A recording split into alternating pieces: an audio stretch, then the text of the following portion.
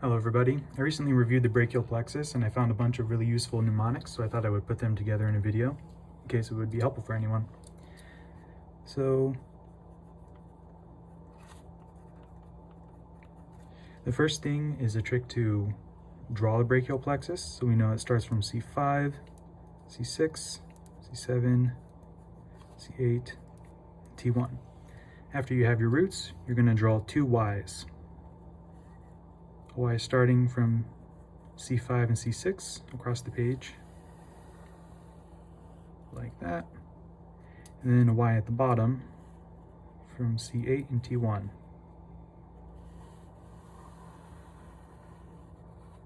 Next, you're going to draw another Y, but it's going in the opposite direction in the middle.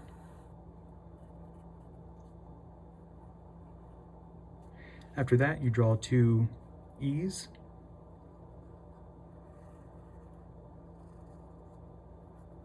One before the Y,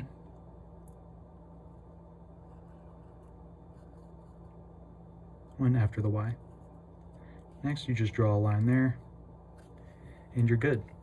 So a mnemonic to remember how to name the parts of the brachial plexus is read that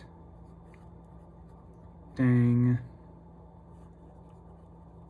cadaver book. So that's the roots, C5 through T1, the trunk, which is the upper, middle, and lower trunk, the divisions, the chords, which would be the lateral, posterior, and medial chord, and then the branches. Another thing to add is that there's a mnemonic that is C5 through 7 wings to heaven, and that should remind us that from the roots of C5, C6, and C7 come the long thoracic nerve, and it innervates the serratus anterior. And if that's damaged, you have winging of the scapula. So C5 through C7, wings to heaven. After that, we're going to go over how to name the branches and what their roots are. And the mnemonic for that is 3 blind mice, 8 5 radishes, 5 mangoes, and 2 unicorns. What that means is, so how to use this mnemonic is that you label your fingers as the roots of the brachial plexus, starting from C5, 6, 7, 8, and T1. And the mnemonic works like this. So 3 blind mice. So we know that the first one is M for the musculocutaneous nerve. That's the first branch, and its roots are C5, 6, and 7. So 3 blind mice, 8. So that's A for the axillary nerve, and those roots are C5 and 6. 5 radishes, so the R is the next one, and that is the radial nerve, and it has all of the roots, so C5 through T1. 5 mangoes, M is for the median nerve, and that has the same roots, C5 through T1. And then 2 unicorns, and for the 2 you do the bottom 2 like this, and that's for the ulnar nerve, and it has the roots of C8 and T1. So just again, that is 3 blind mice, 8, 5 radishes, 5 mangoes, and 2 unicorns. All right, after that is a mnemonic to learn where the nerves are commonly damaged, and that mnemonic is arm you, name some. So you can picture this like Arm University, name some. So at Arm University, we're going to learn to name some places where the nerves get damaged. And so Arm U stands for the axillary nerve, radial nerve, median nerve, ulnar nerve. And then A corresponds with N here. So the axillary nerve can be damaged at the neck. That's referring to the surgical neck. So axillary nerve can be damaged at the surgical neck of the humerus. Next is the radial nerve, and that has A and M. A is for the axilla, and that's because on tests they'll often refer to somebody who's been on crutches for a long time, and that can impinge on the radial nerve in your armpit and cause damage to the radial nerve. So radial nerve can be damaged in the axilla, or M is for midshaft, because it can also be damaged with a midshaft humerus fracture. Next is S for supracondylar, and that is because the median nerve can be damaged with the supracondylar fracture of the humerus. And then O, M, and E are for the ulnar.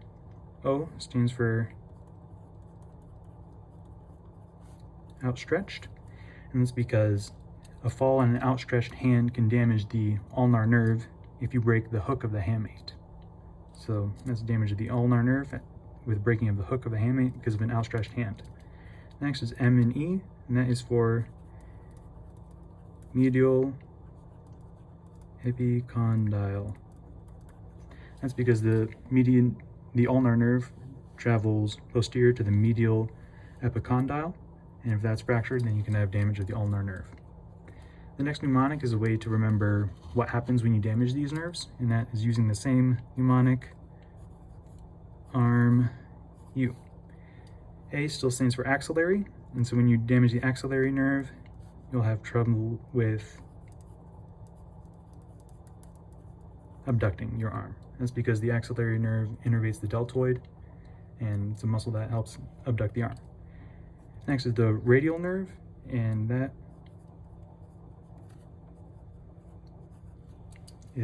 results in wrist drop. So damage to the radial nerve will result in a failure to extend the wrist, and so you'll end up with wrist drop. M is for monkey hand, and that should remind us of the ape hand deformity. So if you have a distal damage to the median nerve, then the thumb will not be extended and abducted like this. It'll be attached to the hand like that, and it's called ape hand deformity.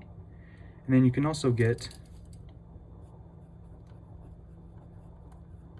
Benedict's hand, Benedict's sign, and that's when the hand looks like this. But that can look like ulnar claw. So one differentiation there is that like imagine the Pope trying to punch somebody. So if the Pope would go to punch somebody, he wouldn't punch somebody. Instead, he would bless them. So when he goes to close his hand for a punch, he ends up with Benedict's sign. So if you damage the median nerve, then when you try to close your hand, you end up with this kind of look. And that happens with damage to the median nerve more proximally.